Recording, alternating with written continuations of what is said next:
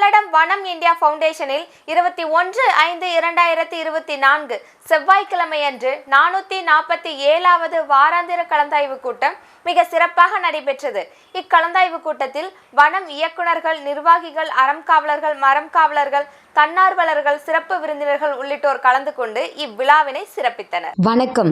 21/5/2024 செவ்வாய்க்கிழமையன்று நமது வனாலயத்தில் 447வது வாராந்திர கலந்தாய்வு கூட்டம் சிறப்பாக நடைபெற்றது.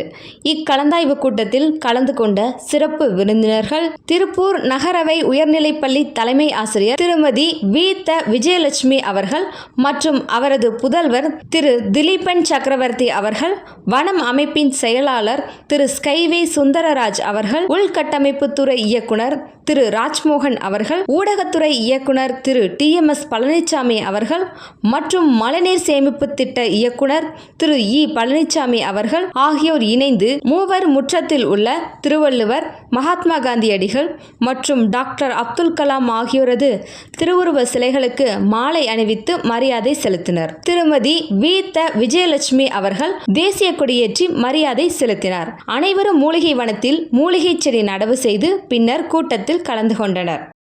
வனம் செயலாளர் அவர்கள் உலக நலம் வேண்டி தவம் இயற்றினார். வனம் தலைவர் சுவாதி திரு கே. சின்னசாமி அவர்கள் வரவேற்புரை வழங்கினார். அனைவருக்கும் காலை பசுமை வணக்கம். மகன்மலை பிரார்த்தனை கூட்டம் 447வது பிரார்த்தனை கூட்டத்திற்கு வந்திருக்கும் சிறப்பு விருந்தினர்கள் மற்றும் நமது அறங்காவலர்கள், மரங்காவலர்கள் அனைவரையும் வருக வருக என்று வரவேற்பதில் பெருமகிழ்ச்சி அடைகிறேன். நன்றி, வணக்கம். சிறப்பு விருந்தினர்கள், வனம் நிர்வாகிகள், அறங்காவலர்கள், இயக்குநர்கள், தன்னார்வலர்கள் கலந்து கொண்டு பசுமை சார்ந்த கருத்துக்களையும் அனுபவங்களையும் பகிர்ந்து கொண்டனர். ஜூனில் எங்கள் பள்ளி திறந்த உடனே நிறைய பள்ளிகள் இதை அமல்படுத்திட்டு இருக்காங்க.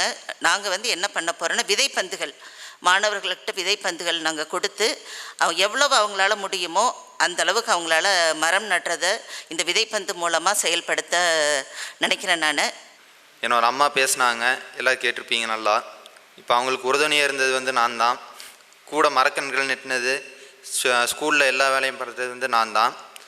இப்போது இங்கே நான் புரிஞ்சுக்கிட்டது என்னதுன்னா, இப்போது இங்கே வனம் நீங்கள் நீட்டாக பண்ணியிருக்கிறீங்க. ஃபுல்லாக பார்க்கவே வியப்பாக இருந்துச்சு.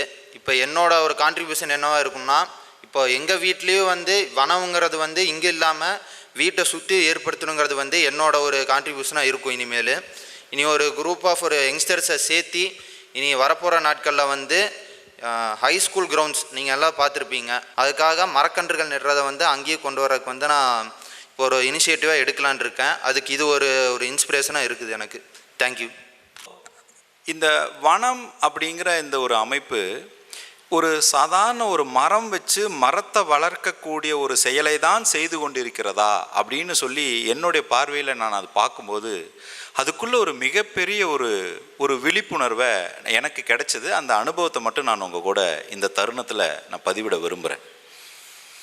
இப்போ நீங்கள் இந்த மரம் சார்ந்த விஷயங்களை நாம் பதிவிடும் போதோ அல்லது இயற்கைக்கு நம்ம ஒத்துழைக்கும் போதோ அல்லது இயற்கை சூழ்நிலையில் மண்ணை வளப்படுத்தணும்னு நம்ம நினச்சாலும் சரி, காற்றை சுத்தப்படுத்தணும்னு நினச்சாலும் சரி, இந்த இயற்கையோடு நம்ம ஒத்துசைந்து சிந்திக்கிறதுக்கு உறுதுணையாக இருக்கணும்னு நம்ம என்ன செய்தாலும் அது மரம் அப்படிங்கிற அந்த இயற்கையில் என்ன நடக்கிறது, மரம் அப்படிங்கிற விஷயத்தில் இயற்கையில் என்னென்ன நடக்கிறது அப்படின்னு சொல்லி கொஞ்சம் சிந்திச்சு பார்க்கும் பொழுது, இப்போ ஒரு மரம் இருக்குது அல்லது ஒரு தாவரம் இருக்குது அல்லது ஒரு என்ன மாதிரியான ஒரு தாவரங்கள் இருந்தாலும் நீங்கள் நல்லா கவனித்து பார்த்தீங்கன்னா அந்த மரத்தில் வளருகின்ற அந்த கிளையாகட்டும், அந்த கிளையிலிருந்து வரக்கூடிய ஒரு கனி ஆகட்டும் அல்லது பூவாகட்டும், அந்த இலையாகட்டும், இது எதுவுமே ஒரு தடவை வந்த மாதிரி அடுத்த தடவை இருக்கிறதில்ல. ஒரே மாதிரி பழம், அடுத்த பழம் அதே மரத்தில் அதே காயில் அதே கிளையில் வருதுங்களா அப்படின்னு கேட்டால் இல்லை. அப்போது இன்றைக்கி சயின்ஸும் என்ன சொல்லுதுன்னா, ஒரு மனிதனுக்கு இருக்கக்கூடிய ரேகை மாதிரியே இன்னொருவருக்கு அந்த ரேகை இருப்பதில்லை அப்படின்னு சொல்லுது. அப்போ இயற்கை எவ்வளவு ஆழமானது, எவ்வளவு அற்புதமாக இருக்கிறது.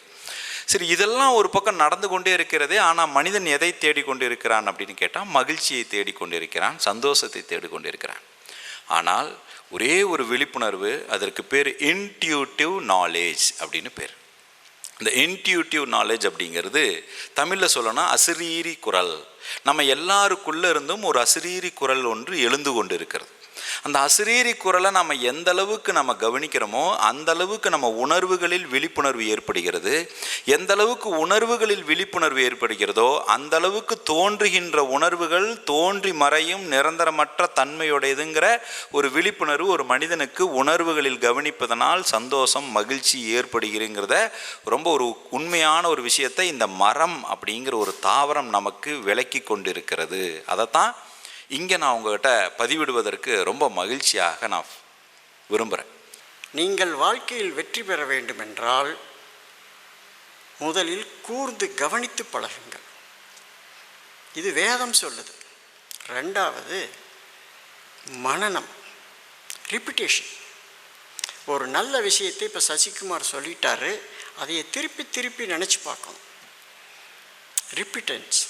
ஒரு ஆசிரியர் பாடம் நடத்துகிறாரு, அந்த மாணவியோ மாணவனோ திருப்பி ஆசிரியர் என்ன சொன்னார்,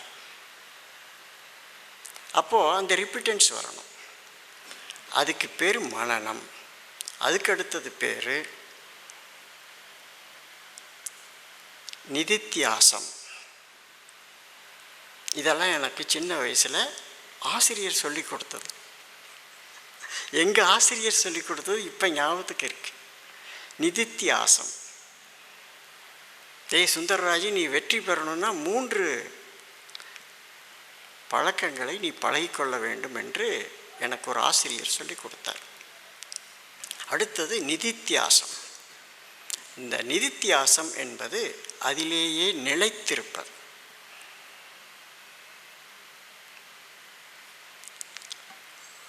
அதை தவிர வேறு சிந்தனை போகக்கூடாது. What is my goal, what is my aim. ஒரு மாணவனுக்கு நான் கல்வியில் முதல் மாணவனாக வர வேண்டும் என்பது அவனுடைய கோல். ஒரு தொழில் செய்கிறவங்க I am number 1 in industry. அப்போது நான் நிறைய பணம் சம்பாதிக்கணும். I am number 1 in industry. நான் நம்பர் 1 இருக்கணும். இது தொழிலில் வெற்றி. ஒரு குடும்பம் நடத்துகிறோம். Yes, I am a leader for in my family. I am number 1. நல்ல தகப்பனா, நல்ல தாயா, நம்பர் 1. ஒரு ரோல் மாடல் வரணும் அப்படின்னா அது சக்ஸஸ், ஃபேமிலி சக்ஸஸ். நான் உறவுகளை சீரமைச்சு, உறவுகளை ஒரு சம்பந்தியாகட்டும் இல்லை ஒரு பங்காளிகளாகட்டும் எல்லோருத்தோடைய இணக்கமாக நான் ஒரு உறவுகளை மெயின்டைன் பண்ணிட்டு வர்றேன்னா, ஃப்ரெண்ட்ஸியோட நான் உறவுகளை மெயின்டைன் பண்ணிட்டு வர்றேன்னா ஐ எம் நம்பர் 1. லைஃப், நான் ஒழுங்காக வாழ்க்கையை வாழ்ந்திருக்கிறேன்னு அர்த்தம். சக்ஸஸ், என்னுடைய வாழ்க்கை வெற்றிகரமாக ஆகியிருக்கிறது என்ற அர்த்தம். இன்றைய அன்னப்பாளிப்பு வழங்கிய அறங்காவலர் மந்திரகிரி டெக்ஸ் திரு சிவக்குமார் அவர்களை வாழ்த்தி கூட்டம் நிறைவடைந்தது. இந்நிகழ்ச்சிக்கான ஏற்பாடுகளை வனம் ஊடகத்துறையினர் செய்திருந்தனர்.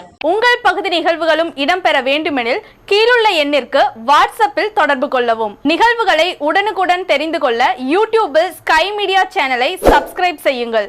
அருகில் இருக்கும் பெல் பட்டனையும் கிளிக் செய்யுங்கள்.